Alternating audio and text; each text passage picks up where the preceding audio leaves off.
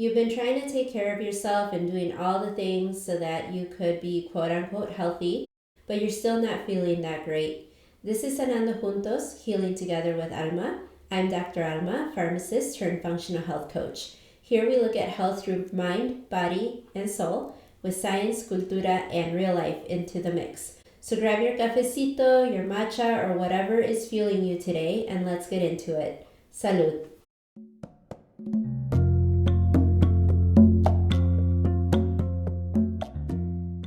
This is part 2 of my conversation with my daughter, and now we're getting into how everything we talked about growing up, stress, patterns, actually shows up in how we take care of ourselves today. Let's get into it.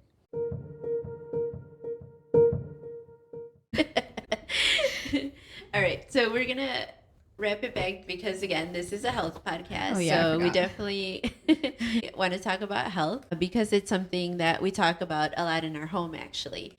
Do you feel like the way you handle stress now was shaped by how you grew up? It was okay. I guess maybe this is something that I can say that I wish you quote unquote did better. But I think maybe because you were growing up and learning, and obviously so was I. I think sometimes when we were really stressed, we just kind of kept moving. And I think sometimes we bottle that stuff up. And I don't think that that's always the healthiest way to do things. I do that sometimes now, but I've tried really hard to be more aware of how I'm feeling and being like, okay, this is how I'm feeling right now.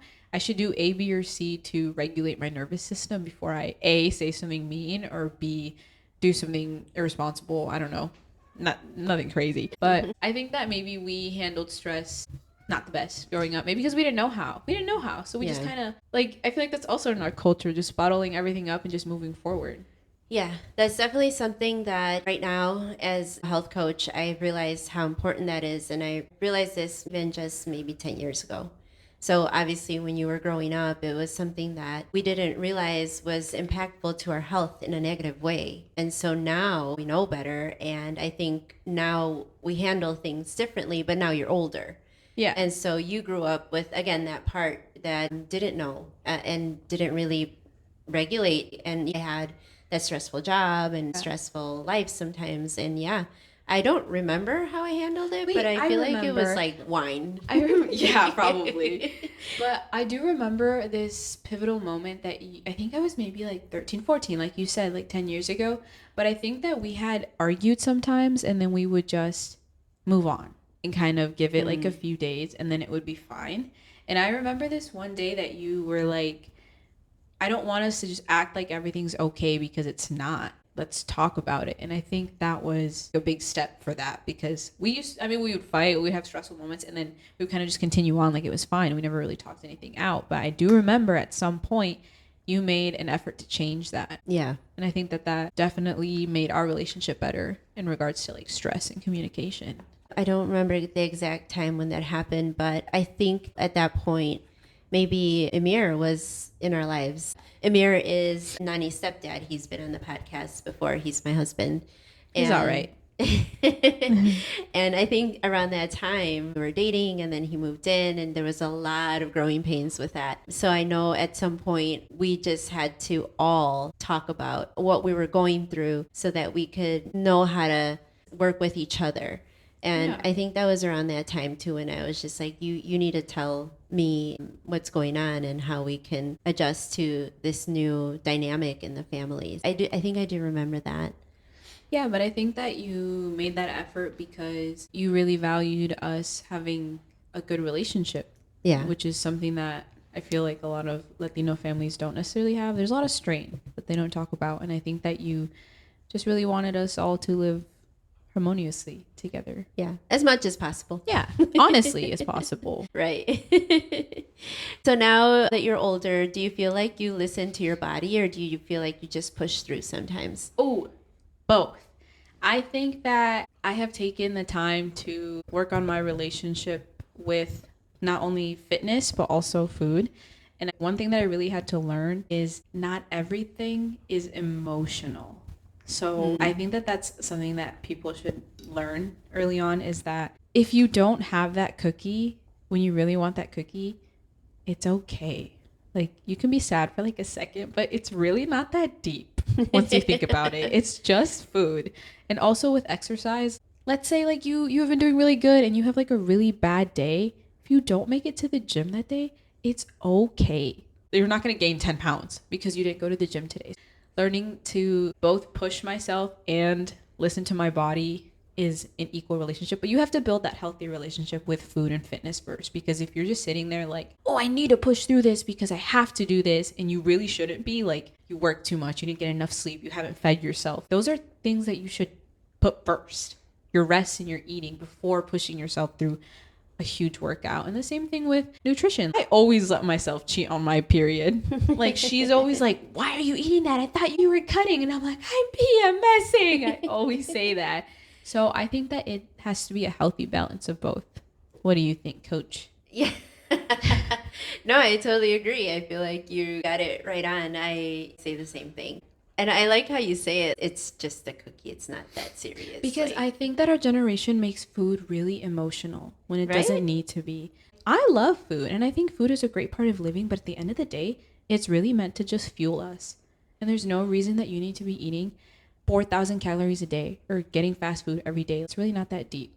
Go have some meat and vegetables. You'll be okay. You don't need to have cake every day.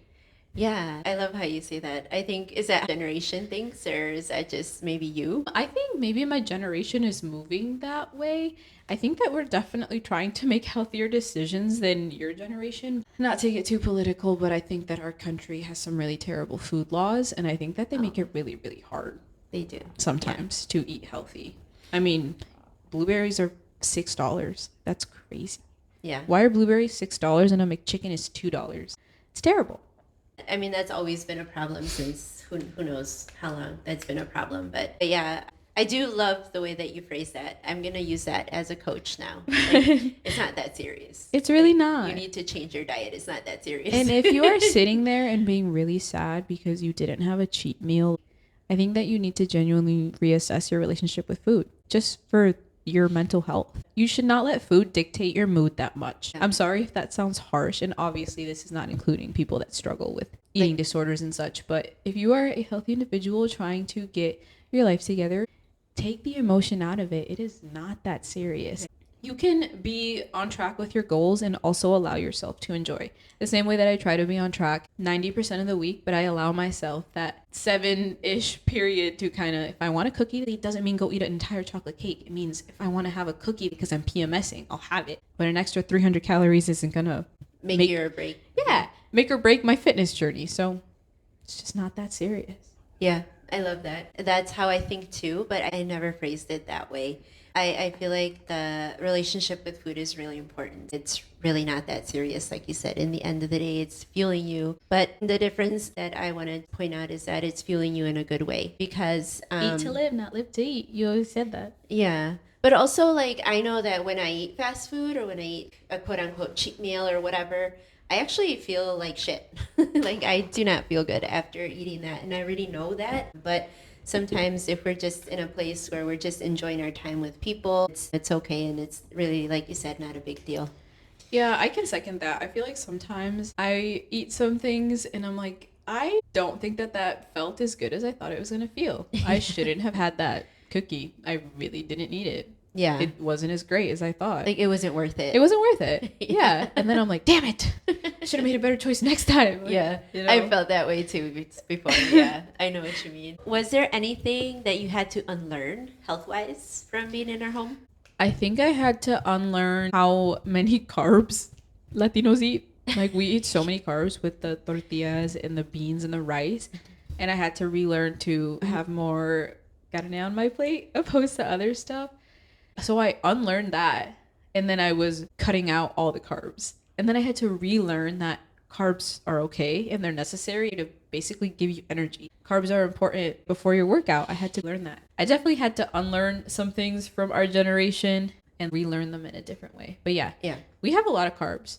We do. And breads. We do. And flour. That's a lot of our stuff. I have mentioned this before in the podcast, but it's like we reverse what we should be doing. So like the carbs to protein ratio, it should be the other way around. Yeah. Like half I know. of our I've heard you yell at Grandpa. You're like, why did you need 5 tortillas to eat that one piece of meat? I don't yell at him. She doesn't yell at him. She gently scolds him. Lovingly scolds. Lovingly He scolds hates my it. grandfather on why he eats 5 tortillas per piece of meat. Yeah, because he needs more protein. Yeah, I Yeah. agree. I think protein is really important. And I also think that in our health journeys together, we both kind of were learning different things at different times. So I feel as if I took on the fitness journey early on and you kind of took on the food, and somewhere we met in the middle and kind of like shared that knowledge with each other, because even when I started working out, I was eating all the high protein like oatmeal, high protein this, like high protein that, and now I'm like, oh my god, that stuff was so bad for me. It was like, why did I feel like I wasn't losing any weight and I was bloated all the time? Oh, because I was putting all these chemicals in me and I didn't know that. And then I really started to see results when I started eating whole foods, which is something that you taught me. So, and then I kind of gave you like fitness tips. So I feel like we both kind of learned different things at different times, but we like came together and now we're just geniuses. Like if we learned this like 10 minutes ago, we'd be so swole. 10 minutes ago, 10 years ago, we would be so swole. I do have regrets about some things that I did not start doing 10 years ago. And one of those things was strength training. As you were growing up, I was running. That's what I would do. I was You would run a runner. lot. And that kept me fit, but that only served me so well until it You didn't. were this term, have you heard this term, skinny fat? I'm still skinny You're fat. not skinny fat. She's not skinny fat. But Have you heard that term? Yes. Yes, skinny Yeah. fat. Yeah, I totally was. And so, but at least I was skinny. True. But no, then you would eat bad. And I ate what I thought was quote unquote healthy, kind of like you were saying, all the chemicals, all the stuff that we were told was healthy. So yeah, I definitely ran myself into the ground, which is a story that I've shared with the audience before. But yes, you're right. So at the point where you were in college and you moved back in, there was a lot of food things that changed in our household. Also, you taught me a lot about strength training, which is something I wish I would have learned like 10 years ago, or somebody would have said strength training is where it's at. And I would have changed a lot of things in my exercise routine. And I wish I didn't waste all my money and time on that high protein bullshit. That's not good for you. Don't eat it. I don't know what's in that. I don't know either. Just have some chicken. So I know I asked you a little bit, but do you think your generation prioritizes health differently than our generation? I definitely do. I don't know how accurate these Instagram polls are, but I think that they say that my generation goes out way less than yours. And I think it's because, one, they prioritize fitness. Like the gyms are always full. I remember when I used to work out over college and the gyms, like they were full sometimes, but they were more spacious. There was way less people there. And I feel as if we just don't drink as much. I mean, obviously in college, that's all people do, but I don't think that we party the same way that you guys do. At least not as much. Yeah, But maybe that's I just agree. me because I'm lame. But No, I definitely agree, because I think not just you, but a lot of the cousins, the younger nephews, nieces, they definitely they're like do always not. at the gym and stuff. Yeah. Yeah. and then when we all get together and party, they definitely do not party like the Theos and the Theas. Oh no. Tell me why I have to like beg them to go to sleep at 3 a.m. from karaoke. I'm like, you don't sound good. Let's go to sleep. Yeah, I'm let's exhausted. Like I had one White Claw. I'm gonna be severely hungover tomorrow. Let's go to sleep. You can't hang. I can't hang. That's okay. It's saving my liver. No, you're right. It was probably a bad idea to just keep partying, and it is, because everything gets screwed up, like our sleep. I would also like to say that I think that COVID changed a lot of things for my generation. I almost feel like we had to get creative for those 2 years, and a lot of people opened their own businesses, like gained a lot of new hobbies. We kind of had to stay in. So I think that also impacted us. Also, everything's so freaking expensive, so I don't blame you guys for not wanting to go out. Only go to happy hour. It's the only thing that makes sense. Yeah, well, I think our generation now is settling down. I would hope. Yeah, but you guys already ruined so much of yourselves back then. Thanks. You're welcome. Yeah, It's no, fine. you're right. You're right. It's okay, but you learned, so you'll live longer now because you changed. A lot of people aren't changing. Okay, I want to talk just briefly about this because no one talks about this, especially in the Latino households, especially between mothers and daughters. And I think it's really important. What do you think about the way that I approach the subject of sex? I think that you did it in a really healthy way. I don't remember much. I can't say. I do remember having one conversation when I was like 13, and you kind of just painted the picture like, this is what happens, like, or when, I think you kind of mainly just alluded to the fact that sometimes people touch you on your arm and sometimes you're touched differently, but it has to be something like special and something that you want. And like, if you don't want it, like, you can always say something or come to me. Yeah. And I think that that was important because when I was a teenager, oh, I'm obviously pretty because my mom's beautiful. So I was a pretty teenager. And once I started working, there were some environments that were really toxic to young women, as I'm sure people have experienced, like older, creepy line cooks and stuff. And I think that you had given me the confidence to know that lewd comments or gestures that I was not okay with is wrong. And I think like from that small conversation, I was like, okay, like these people are making me feel uncomfortable. And I said something to my boss. And I think a lot of teenagers don't feel like they can. So that was important as a 13-year-old for you to let me know that, this happens. Because I think you probably knew that I was learning about it in school because they tell you. So you telling me that you had to obviously respect yourself and enjoy it for it to be good was good. And then we had another one when I was like 16 or 17 because obviously things were changing. And I think you just kind of said like sex should be enjoyable not only for the man, but for the woman as well. And if you are not enjoying it or it doesn't feel good, that's not good. You should say something. And I was like, okay, like I don't want to talk about this with you. Like, let's move on. I think you were 20. I wouldn't tell you when you were 16. No, I think you're right. I think I definitely was 20. I think I was in college. But I think that that's also something that kind of stuck with me when I had like that toxic relationship. I don't think that I had a healthy relationship with myself, let alone sex. I think that it was like a way that I kind of thought that a guy liked me, which I think is something that girls obviously struggle in their coming of age. But I think that you kind of hit the nail on the coffin with those two conversations, and it shaped who I was as an adult. So as an adult, I was like, okay, well, I don't like this, or maybe this isn't making me feel that good. So maybe I should reevaluate. And then now I feel like we're great. Like now we make that's what she said jokes all the time. And I'm obviously not giving you like a play-by-play about what happens when I hang out with my boyfriend, but we make enough jokes that I think that you and I both know that we both know some things. Yeah, and sex scenes aren't awkward. They are still awkward. Are they? I think so. I feel like they're awkward with like my mom and my dad, but like that's we're true. Just, like, well, I mean, I don't think anybody enjoys watching sex scenes with their parents. We watch Bridgerton together. Yeah, I do. Yeah. Point is, I think we can make jokes. Yeah. I think I made like a pegging joke the other day and you were like, Nanny. And I was like, oh, sorry. That one was off the table. My bad. Well, I think the reason I asked you that is because as Latinas and Mexican parents, they tend not to talk about these things. And I think it's really important. Not only no, for you did great. Thank you. Well, I'm glad. I think it was really important for us to have this conversation, but not only for the physical sex part of it, but because it's really important for you to prevent diseases and also to prevent pregnancy. Obviously, if you don't want pregnancy, that's something that's really important to discuss. So, I think you mentioning it and trying to be like caring about it made me feel like you cared about me. I think that you did good. I think you hit all the important nails on the coffin growing up. I'm great. I think I'm great.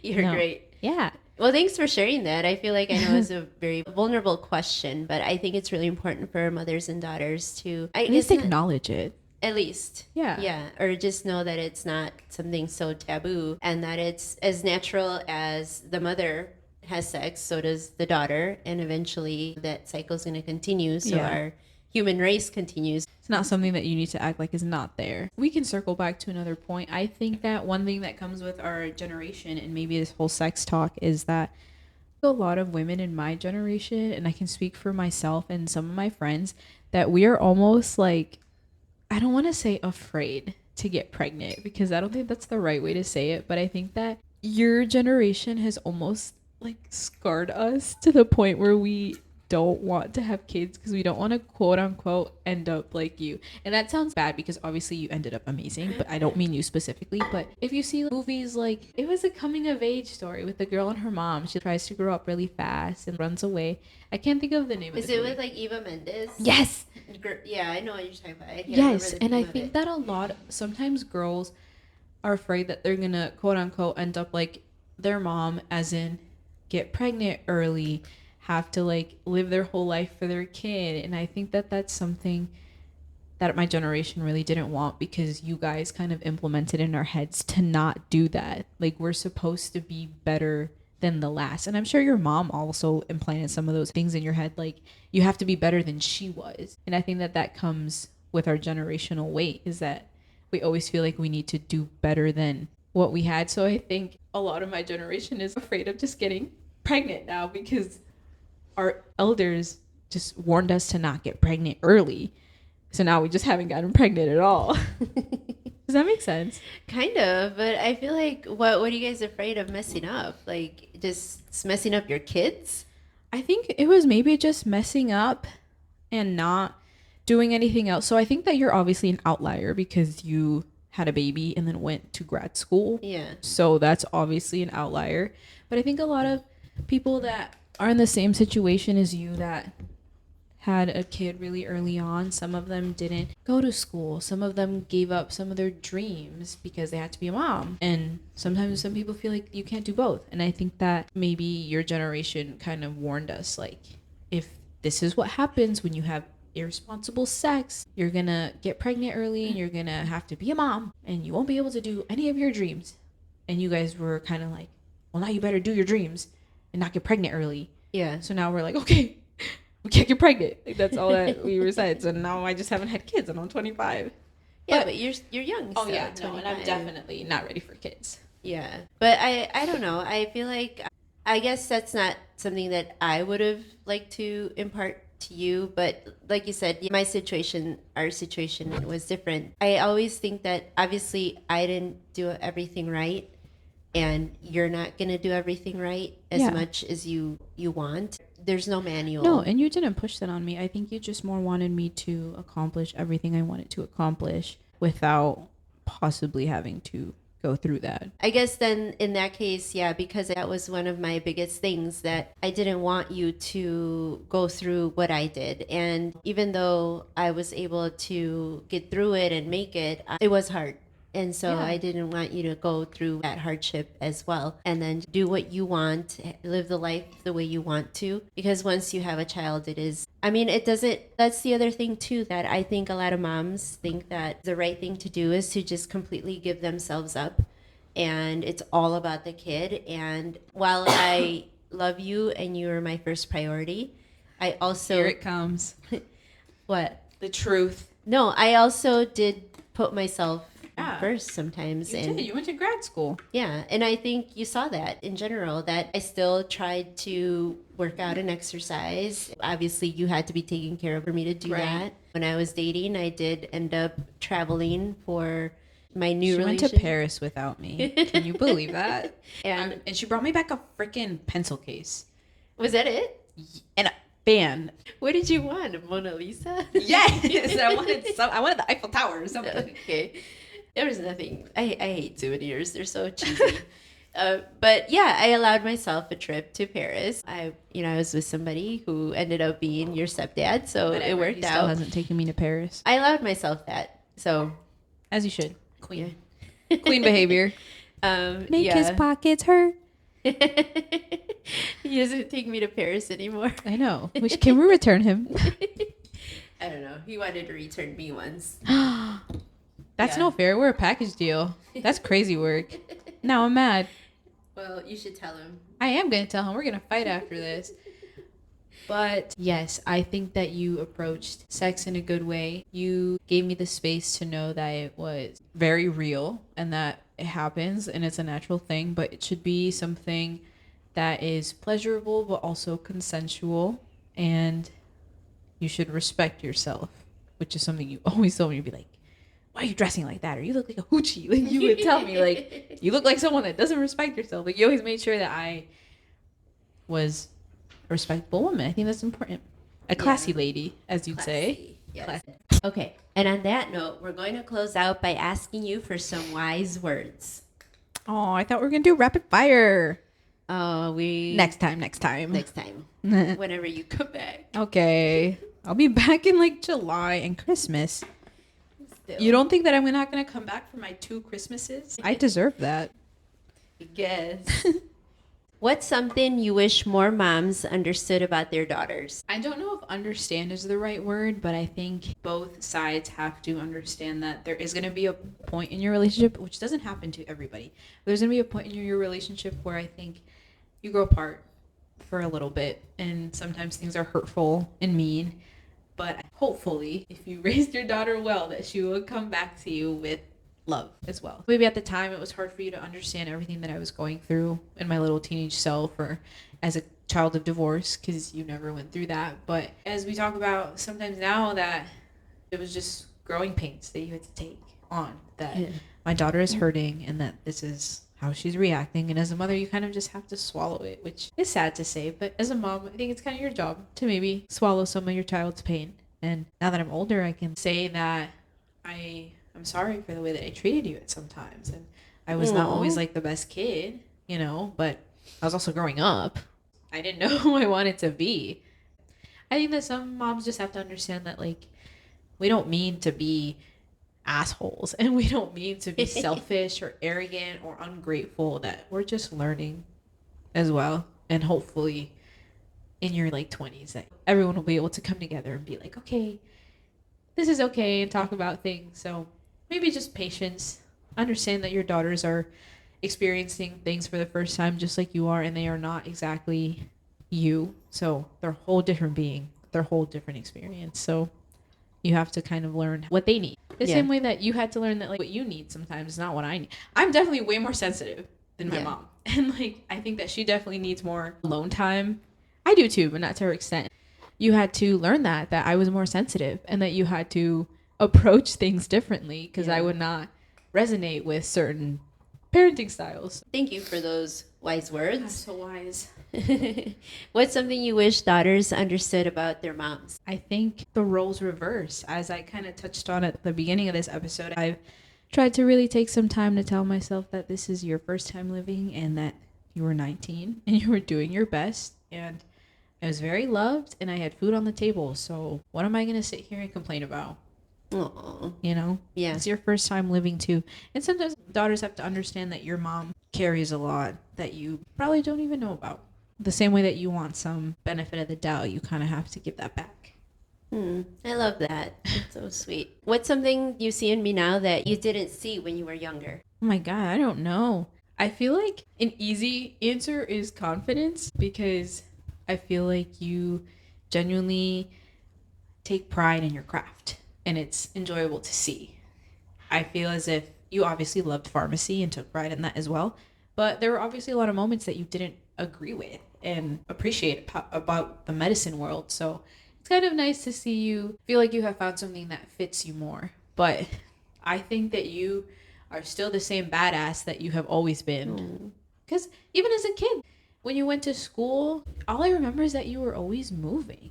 You were always doing stuff. So whether I was born and you were like working at, I don't even know, or you were working at a store, or like some clothing store or something, or a desk job. I don't even remember. I can't remember that far, but we were always doing stuff. And then we moved to Madison because you were going to school, and then we moved to a house, and then you were like working, and like, it was always, you were always doing stuff. You were always doing stuff to make you better, to make you healthy, to make sure you looked good. You just were always putting your best foot forward the best way that you knew. You've always been that way. And now you just know way more and in a better way.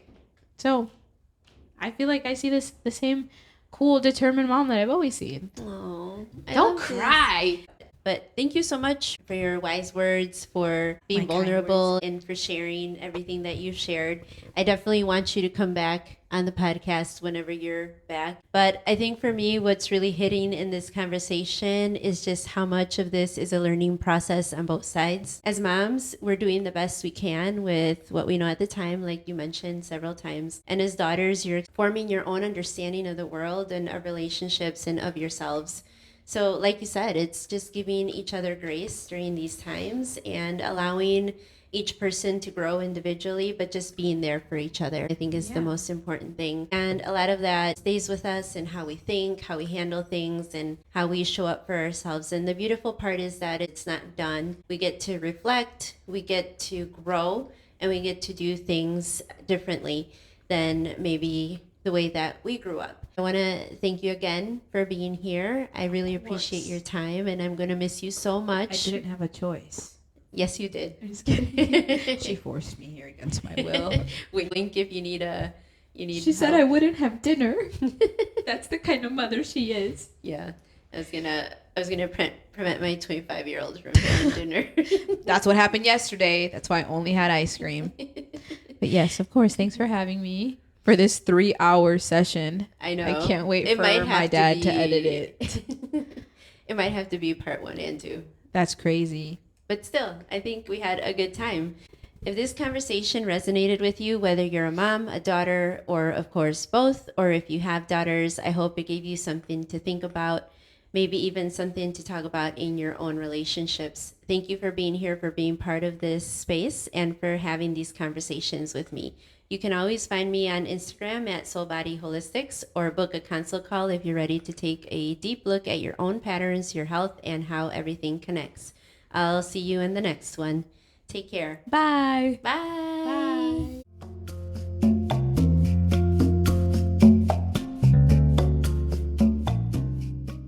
Before you go, if any part of this felt familiar, just know you're not alone. Take what resonated, sit with it, and go from there. And if at some point you're like, okay, I'm ready to actually look at this more closely, you can book a call with me. Link is in the show notes. Or come find me on Instagram. I'm usually there talking about all of this in real time. And of course, if you can take a moment to leave me a review, I'd be so appreciative. And if you know anybody that could use this information, please share it with them. Gracias. Your time is precious, and I'm grateful you're spending it with me. Cuídate, and remember, we heal juntos siempre.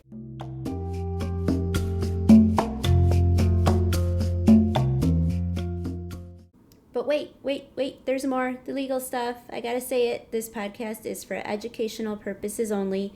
It's not intended to diagnose, treat, or replace medical care. I'm a pharmacist and a functional health coach, but I'm not your personal healthcare provider.